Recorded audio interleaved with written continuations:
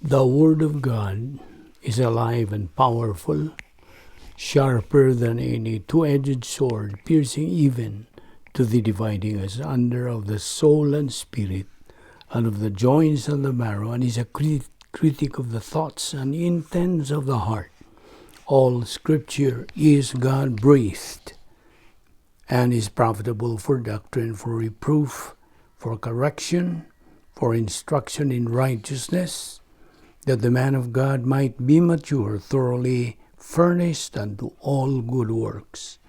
Study to show thyself approved unto God, a workman that needeth not to be ashamed, rightly dividing the word of truth. 2 Peter 3:9, the Lord is not slack concerning his promise, as some count slackness, but is long-suffering toward us, not willing that any should perish, but that all should come to repentance. James 5:7, therefore be patient, brethren, until the coming of the Lord. See how the farmer waits for the precious fruit of the earth, waiting patiently for it until it receives the early and latter rain. Habakkuk chapter 2 verse 14, the earth will be filled with the knowledge of the glory of the Lord as the waters cover the sea. Psalm 22, 27 to 28, all the ends of the world shall remember and turn to the Lord, and all the families of the nations shall worship before you. For the kingdom is the Lord's, and he rules over the nations. Matthew 24:14, this gospel of the kingdom will be preached in all the world as a witness to all the nations, and then the end will come. Before we start our Bible study nining adlaw, sama sa nandan, gikinahanglan na itong sugid sa tanan nato mga salang nabuhat ng adlaw, aron dili kini mahimong babag sa atong pagtuon sa pulong sa Dios. Busa atong gamiton karon ang prinsipyo sa 1 John 1:9, which says, if we confess our sins, God is faithful and just to forgive us our sins and to cleanse us from all unrighteousness. But for you, unbeliever, the issue you're facing is not confession of your sins. It is using your free will. So you can make the most important decision in your entire life, the decision to believe in the Lord Jesus Christ. Therefore, magampo ta sa hilom, agi og pangandam.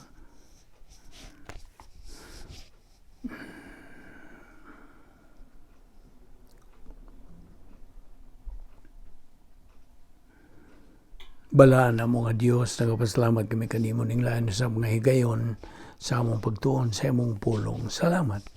Ning higayon na, buhi pa kami sa among lawas, di mailan ang imong plano nagapadayon pa sa paglihok sa among tagsa-tagsa ka kinabuhi. Ubani kami karon sa among pagpadayon sa pagtuon sa among pulong, pinagis pagtudlo ka namo sa balaang Espiritu Santo.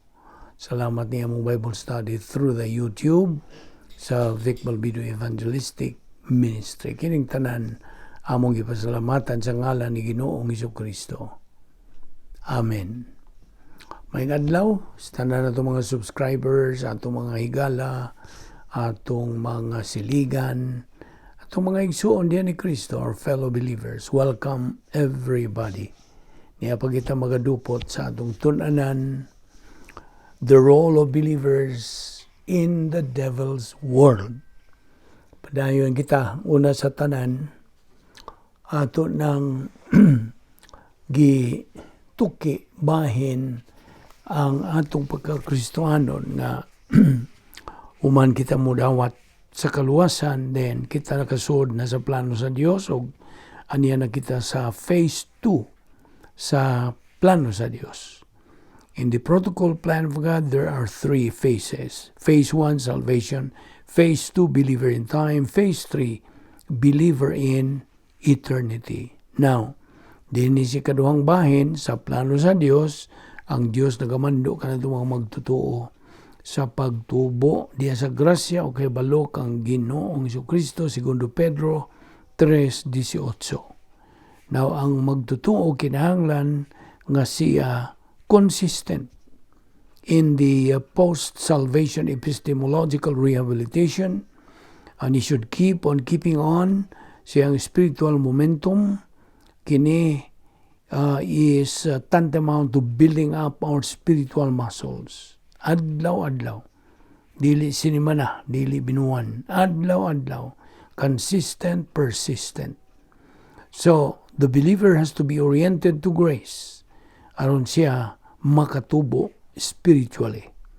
O sa the same time, magatukod siya sa iyang dakbalay, the edification complex of the soul, nga diin ang foundation ini mo ang Espiritu Santo, and then ang unang ang kita mahiluna o ma-adjusted kita, ma-oriented kita sa grasya. O niyang sunod nga ang mao nga ang atong pagka agalon sa mga detalyes kinabuhi, dili kay kita ulipon. Sunod, mao nga atong hayahay na, hapsay na nga panghunahuna. Relaxed mental attitude, o niya ang sunod nga ang mao ang imong hingpit nga kalipay, nga imo nang masinati. Kini, mao ang dakbalay sa atong kalag. So, 1 Peter 1:4-5, ang verse 4 nagaingon, we have a promise from God that we will come face to face with God. Kini garantisado na kita makaatubang na naong sa Dios. Di man ang maong bersikulo, 1 Peter 1:4, versikulo 4. Now, 2 Corinthians 5:8, nagahisgot usab kining resurrection body, human gyud sa pagsakaw. Atong madawat kini dito sa langit. Okay? When we have the resurrection body, wa na tay kinaiyang makasasala. While we are still on earth, we have to imitate kang Ginoong Jesucristo pinagis paggamit sa iyang panghunahuna. By using the mind of Christ, 1 Corinthians 2:16. So, kita mga magtutuo, gimanduan na gyud sa pulong sa Dios nga we must live in the light of eternity pinagi sa espirituhanon nga pagbuylo, filled by the Spirit, executing the unique spiritual life, kay ang eternity is guaranteed to all believers. Diba nila? Gigarantiya na sa Dios ang eternidad ngadtos tanan nga mga magtutuo. Apan may pangutana, why is it nga tinuod gigarantiyahan na makita eternidad kitang tanan mga magtutuo ngano man nga napa may mga magtutuo nga mahadlok mamatay? There are still believers who are afraid to die. Kaya ngano man ang tubag niini, they have that fear of the unknown. Ang tubag yun niini, wa sila'y kamatuoran. No knowledge of truth. O niya napabilin pa ka ng ilang gitawag kong preconceived notions. Ang ilang ituhuan sukad pas pagkatao yun nila. Sa ilang imatan, mo po'y pagkamatyan, mo ka na ilang filosofiya. O gawas pa niya na, ang ilang mga pasiunas kinabuhi sa'yo. They have wrong priorities in life. So, di man nga ang plano sa Dios alang kanato nga mga magtutuo. Giandam na kini dito sa eternidad nga milabay. They have been prepared in eternity past by God Himself. Ang Diyos mismo mo'y nag-andam niini. Mo'y preparar ni, naga-sangkap kini. Unsa. Well, of course, He had prepared all this in eternity past. Kay, kung bahay na eternidad, We cannot describe it by human words. Dili gyud. In fact, it is beyond human description and expectation. Beyond. Labaw pa. So, kaya nga to kung langit nun nga dapit, gihulagway kini mga mansyon. John 14:2 ang sige sulti, in my Father's house are many mansions. If it were not so, I would have told you. Now, kanato mga magtuturo, Roma 8:1, there is no more condemnation. Kanato, wala na. Hinumdumi nga tanang mga magtutuo na dugtong nahiusa na kang Ginoong Jesucristo, and that is eternal relationship. Eternal. Hangtod na. Dayo na. Diya sa Episo 2:8-9, we have been saved by grace through faith, that not of yourselves, it's a gift of God, not of works, lest anyone should boast. Titus 3:5, not of works of righteousness that we have done. So, human gyud sa pagsakdaw, mao ang judgment seat of Christ. Unsa maning kanang, what event is this? Well, this is the evaluation time. Himo ang pagtasal ang tanan natong nabuhat dinis kalibutan. Remember what's going to be evaluated. Unsa man? Atong mga binuhatan, whether human or divine good, kini silang tanan paghimuan o pagtasal. 1 Corinthians 3:11, for no one can lay any foundation other than the one already laid, which is Jesus Christ. Si Ginoong Jesucristo mo kanang tukuranan, foundation. The Lord Jesus Christ. So our works will be manifested, evaluated, tested by what? By fire. Nanas 1 Corinto 3:13. Now, kung ang atong mga binuhatan nahuglag mga tawhanong mga mayo, gitandi ka na og kahoy, kugon og dagami, kini masunog man, combustible. So inigsunog, duslit niya nas kayo, sila og dayon. Maog daw dayon. So unsa pa may gantihan? Wala. Na sa 1 Corinto 3:12, apan kung na atong mga buhat, binuhatan, mga Diyos nun nga mga maayo, gitandi ka na sa pilak, bulawan, o mahalong mga bato, kini sila non-combustible, dili masunog, dili mapaig. Therefore, maura na'y gantihan. Ang escrow blessings, numnung ka, Ephesians 1:3, God has prepared for us in heavenly places. Now, sa diha nga kita are found out that we walked, na nagawi kita sa atong kinabuhi on earth, pinaagi sa epistemological rehabilitation, mudawat kita sa atong mga escrow blessings.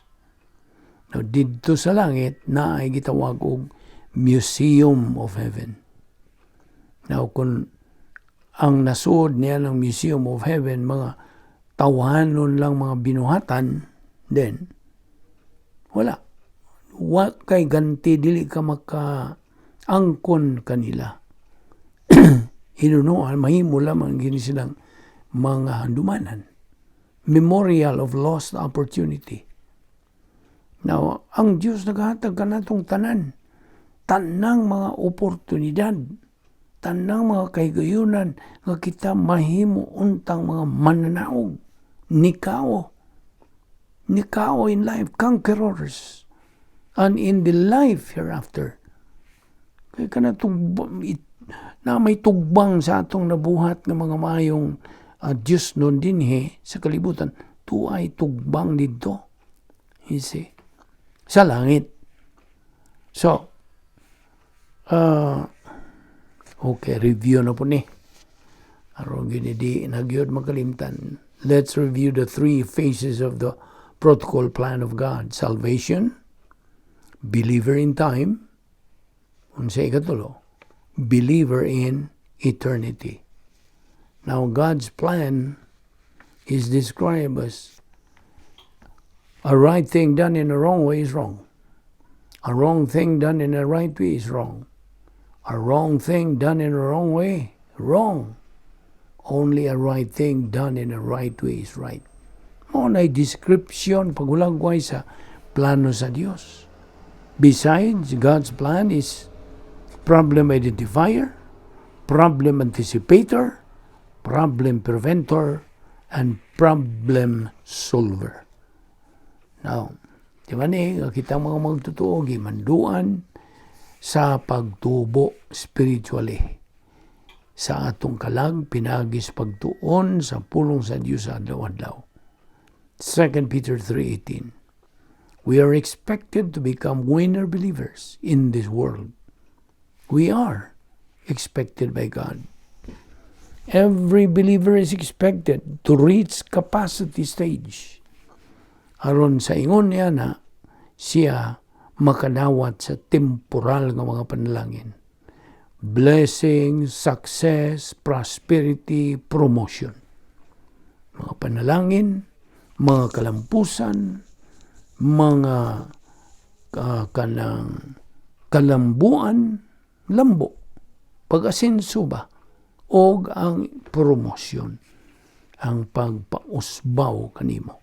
Or else, na ay katalagman, kapakyasan, kanang tunglo, pagpaus-us, demosyon. So, it's a matter of choice. Always remember the two kinds of good works. Okay? Review gyapon. Ang human good, they are combustible. They are dead works at tubangan sa Diyos. Dili madawat sa Diyos. Only divine good, non-combustible, acceptable by God. Now, of course, di man ni katong bersikulo nga kanang padayag kanato ng atong mga binuhatan himuan og pagtasal dito sa judgment seat of Christ. 1 Corinthians 3:10. Okay? Now, na ay gitawag og psychological, not spiritual, human defense mechanism. Unsa man ni? Well, you have sublimation, you have denial, and projection. Unsa may opposite nini? Nini psychological, human defense mechanism. Ang opposite, what bang nini? Ibaw kang unsa? God's 10 problem-solving devices. Di man na gito. Na po ka mga paagi sa pagsulbad sa mga suliran. Iyaan ni sa Diyos. Pagsangkap ni sa Diyos kanato. Kaya binimo, ang usa ka magtutuogon nga negatibo nga tuspulong sa Diyos, wag siya alam kung saan niya kanang atubang og mga suliran sa kinabuhi. Sa dihang mga atubang na kini siya bisag ginagmay lang even small problems in life. Sa iyon ra gid isulti gina niya iyag yung basulon ng Dios ano man gitugot man sa Dios sa akong kinabuhi. Why did God let this happen to me? Kana kung mao magtotoo, wa gyud pud na siya alamag nga siya excuse me, nagabuhat na siya og pasipala. Nagpasipala na siya pinagi sa pagsulti niya na nga iyang basulo ng Dios. Apan sa diha nga kining mao magtotoo mahimong positibo nga tuspulong sa Dios ug iya na kining himuang pasiuna o priority in his life. He becomes an invisible hero. So, niya pasidaan alang kanimo magtotoo. Watch out for the culprit. Ang sa may culprit, self-righteous arrogance and legalism.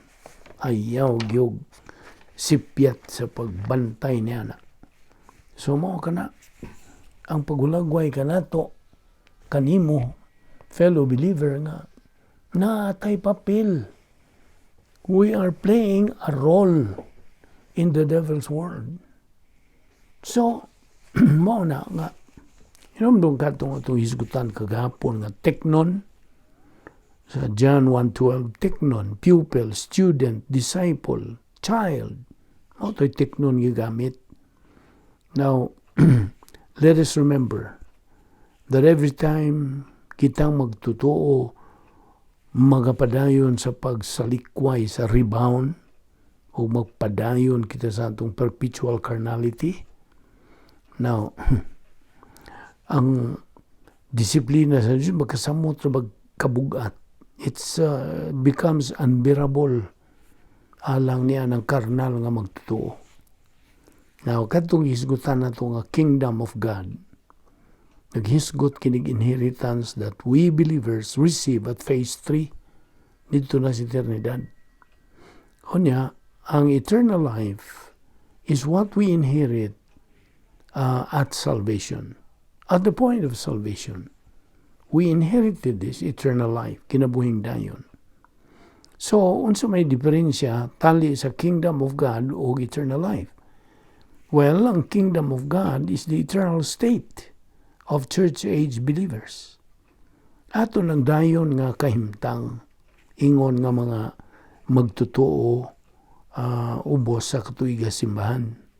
Apan ang eternal life is the eternal state of all believers.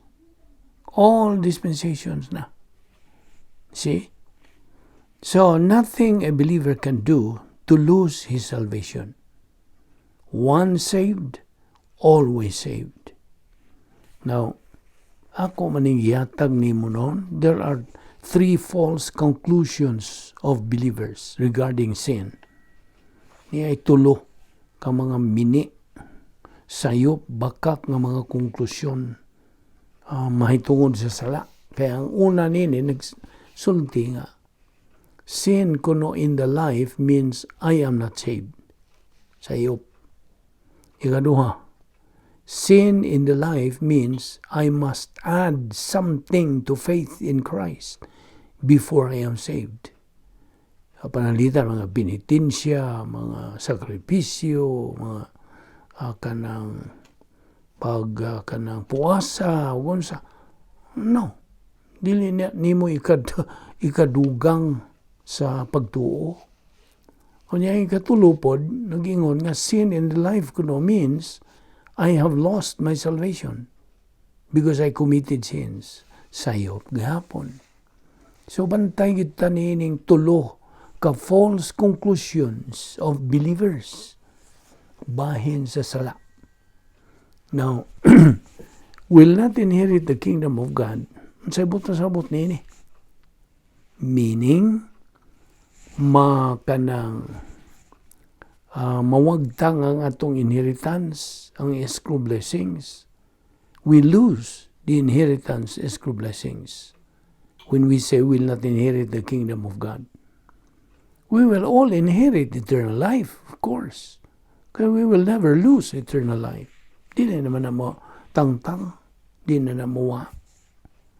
So, di man iusap kini mo ang bersikulo, ha? Mayungdanon pag-ayon Roma 14:12. Romans 14:12. Unsa igisulti diha?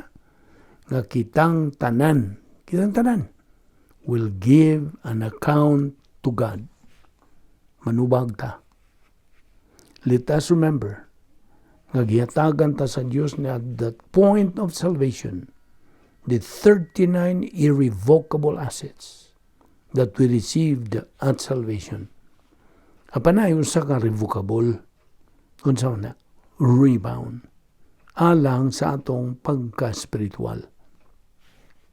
Now, kung maghisugot ang inheritance, panulundon, mao man ay Visayan, inheritance is related to the kingdom of God as true blessings.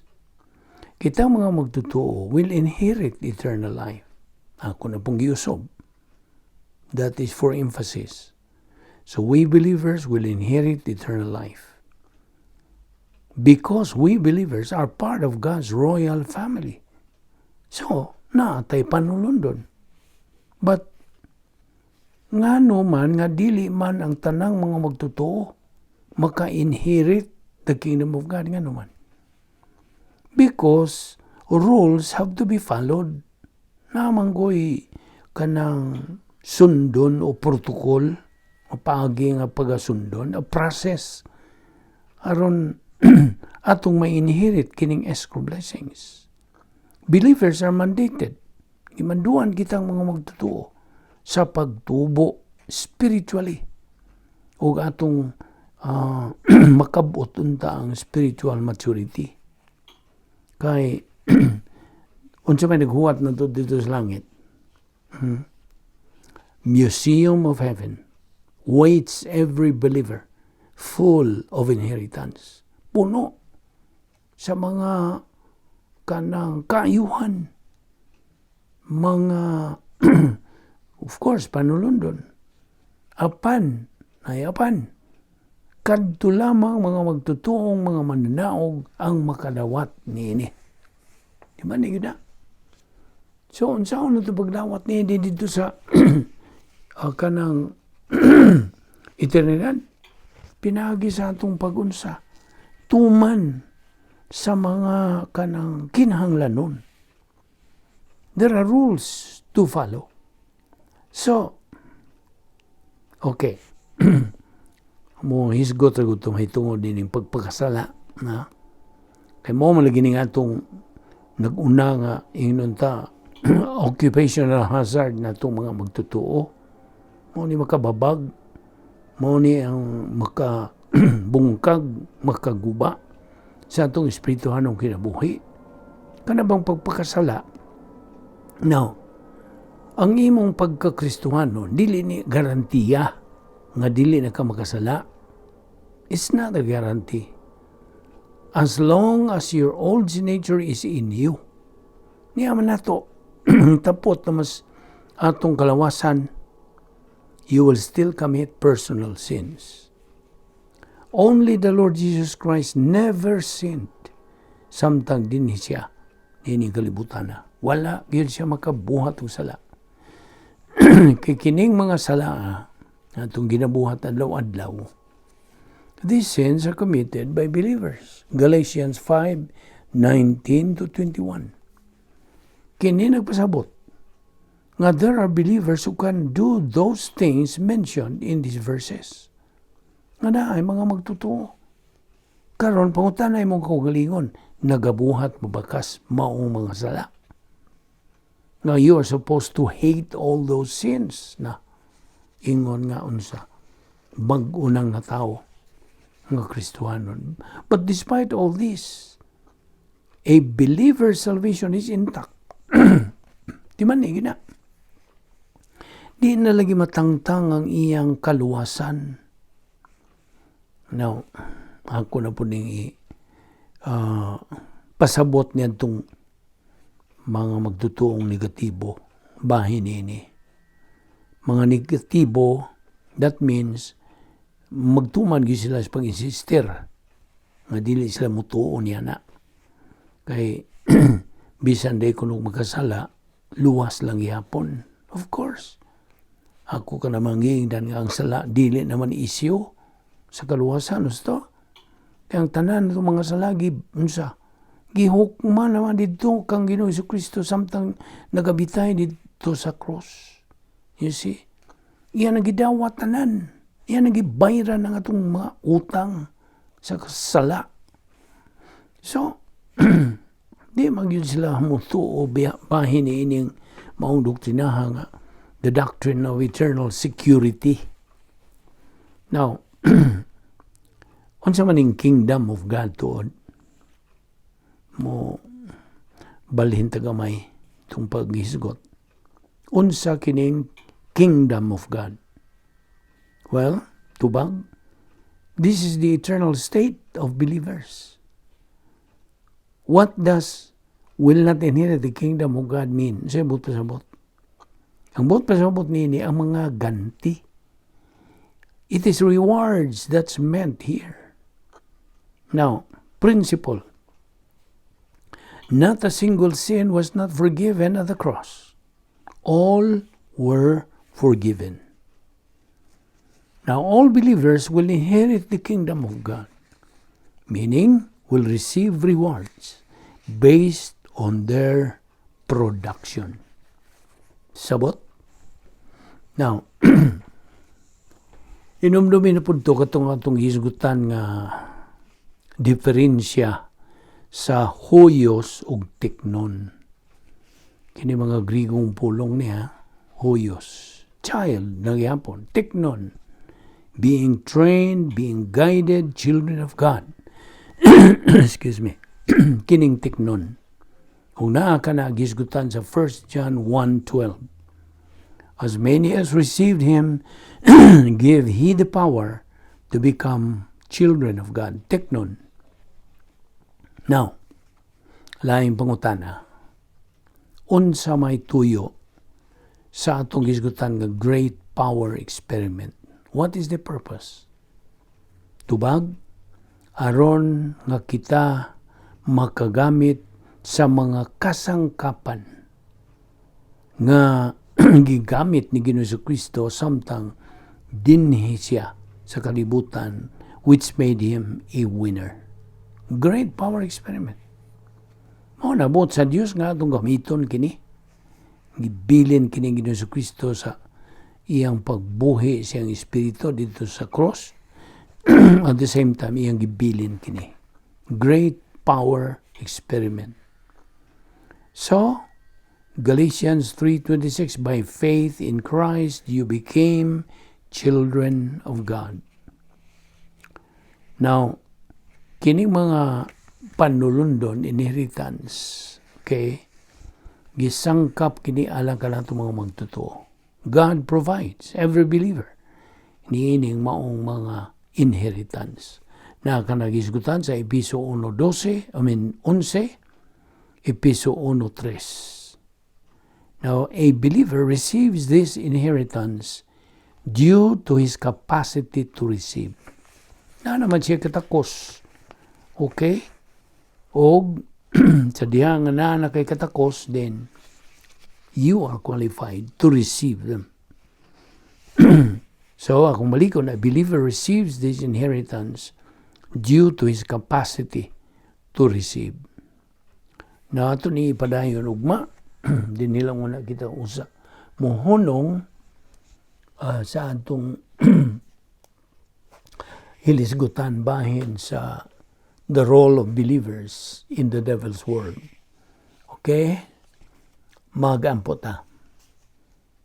Bala na mo nga Dios, nagapasalamat kami kanimo sa imong grasya nga among gipahimuslan sa pagtuon sa imong balaang pulong. Salamat sa mga butang among hisgutan. Ninaot nga kini.